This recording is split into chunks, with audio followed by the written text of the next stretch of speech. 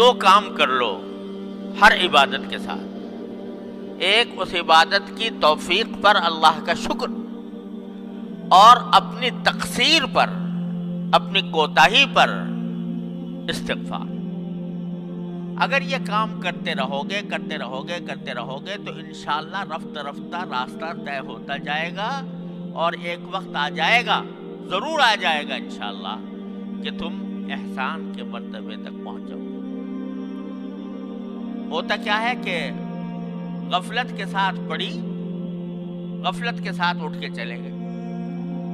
ارے بھائی، نماز کے بعد ذرا سا ایک اس نماز کے اوپر نگاہ بازگشت ڈال لو، یعنی اس کا ذرا تصور کرو کہ میں نے یہ 4 رکعتیں پڑھی تو کس طرح پڑھی، اور اس کے اوپر نگاہ بازگشت ڈالتے ہوئے پہلے اللہ جل جلالہ کا شکر ادا کر لو، اور شکر ادا کر لو کہ یا اللہ آپ نے جس طرح بھی توفیق دی، آنے کی توفیق دے دی،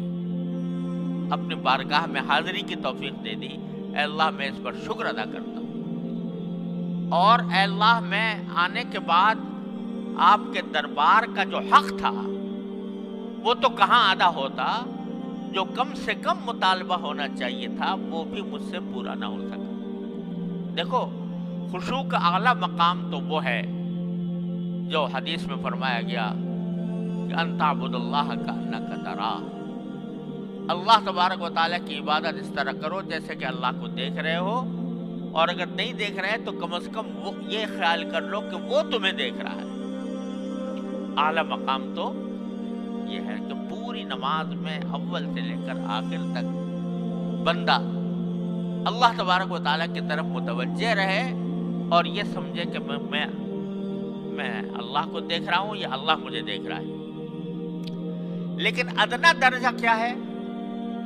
ادنا درجہ یہ ہے کہ کم از کم جو الفاظ تم زبان سے نکال رہے ہو، دھیان ان الفاظ کی طرف ہو۔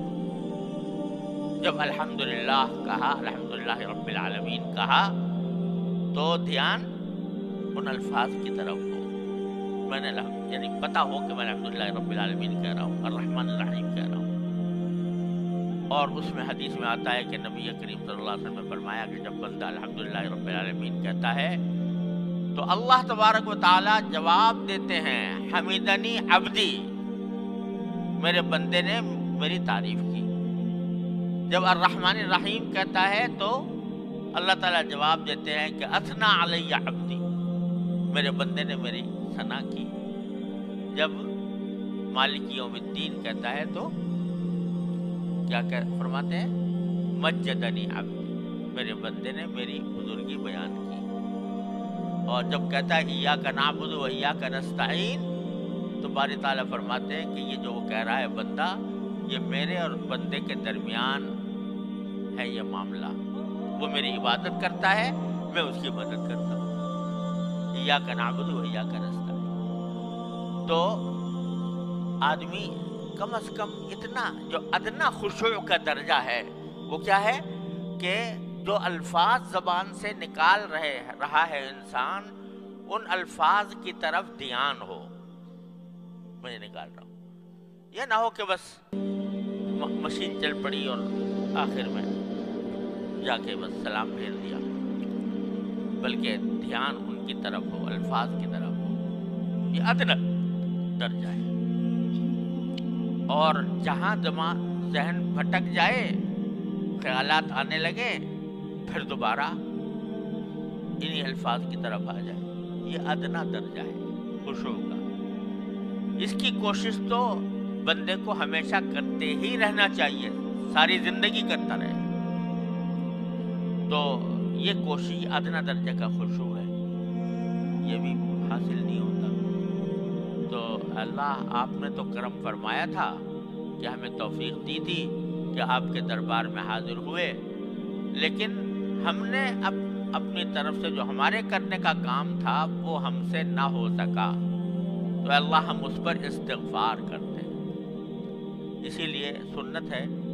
نبی کریم صلی اللہ علیہ وسلم کی کہ نماز ختم ہونے کے بعد فرماتے ہیں کہ استغفر اللہ استغفر اللہ استغفر اللہ 3 بار،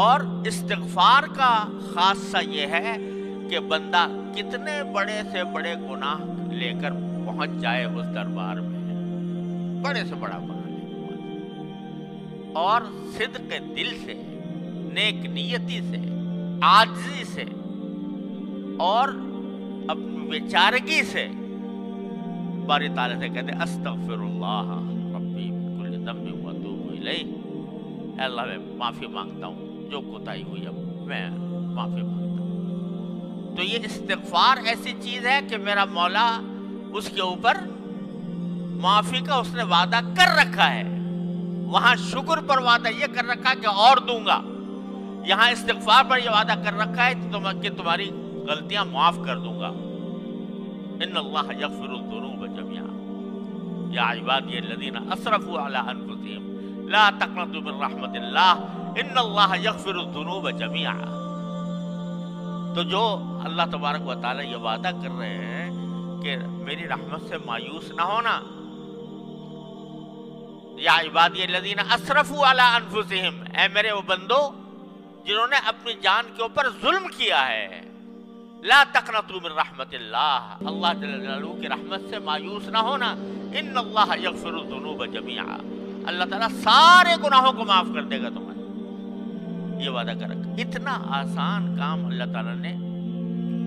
بندے کو عطا فرما دیا ہے۔ جب شیطان ڈسے، جب نفس کے فریب میں انسان مبتلا ہو،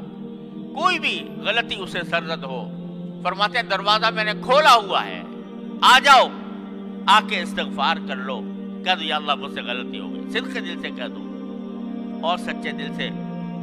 عاجزی کے ساتھ، بیچارگی کے ساتھ، عبدیت کے ساتھ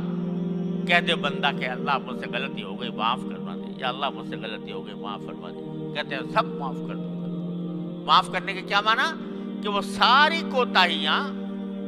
جو تم نے کی ہیں وہ میں نے معاف کر کے تمہارا پرچہ صاف کر دیا، تمہارا صفحہ صاف کر دیا۔ تو جو بندہ نماز کے بعد، یعنی نماز کے بعد ایسے ہی اٹھ کے نہ چلے جاؤ خدا کے لیے، نماز کے بعد تھوڑا سا بیٹھ کر، ایک تو جو تسبیحات ہے مسنونہ ہیں وہ تو ہونی چاہیے، لیکن اس کے ساتھ تھوڑا سا نگاہ بازگشت ڈال لو نماز کے اوپر کہ اللہ میں نے نماز پڑھی، ایک تو میں آپ کا شکر ادا کرتا ہوں، توفیق دے دیا آپ نے، کم از کم ظاہری شکل نماز کی میری کروا دی آپ نے اپنے فضل و کرم، وہ بھی میری بس سے باہر تھا، آپ نے اپنے فضل و کرم سے کروا دی۔ دوسرے میں استغفار کرتا ہوں، کہے پر کرتا ہوں جو میں نہ مجھ سے کوتاہیاں ہوئی ہیں اس نماز کے اندر، ان پر استغفار کرتا ہوں۔ یہ کر کے دیکھو ہر نماز کے بعد کتنا وقت لگے گا، 1 منٹ 2 منٹ، اور ذرا سا اگر تھوڑا سا اور بڑھا لو کہ اپنی ان 4 رکعتوں کا جائزہ لے کے دیکھو، میں نے تکبیر تحریمہ ٹھیک سے ادا کی تھی، میں نے سورہ فاتحہ ٹھیک سے پڑھی تھی، میں نے رکوع صحیح طریقے سے کیا تھا، میں قیام صحیح طریقے سے کیا تھا، میں نے سجدہ صحیح طریقے سے کیا تھا، اور ساتھ میں یہ کہ میرا دھیان کہاں تھا، میرا دل کہاں تھا، دماغ کہاں تھا، اس کا ذرا سا جائزہ لے لو۔ تو بہت ساری جگہ پر تمہیں نظر آئے گا کہ یار یہ تو نماز تو پڑھی بے شک، لیکن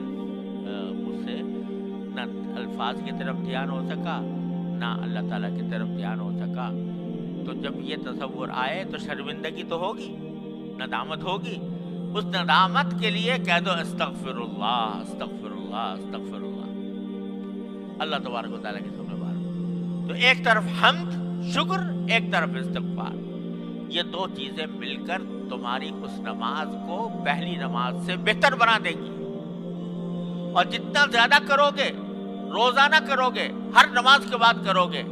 تو انشاءاللہ دیکھنا کہ اللہ تبارک و تعالیٰ کی طرف سے رحمت کا معاملہ ہوگا، اور پھر آئندہ تمہارے نماز کے اندر جو خشوع ہے اس کی مقدار بھی انشاءاللہ بڑھتی چلی جائے گی،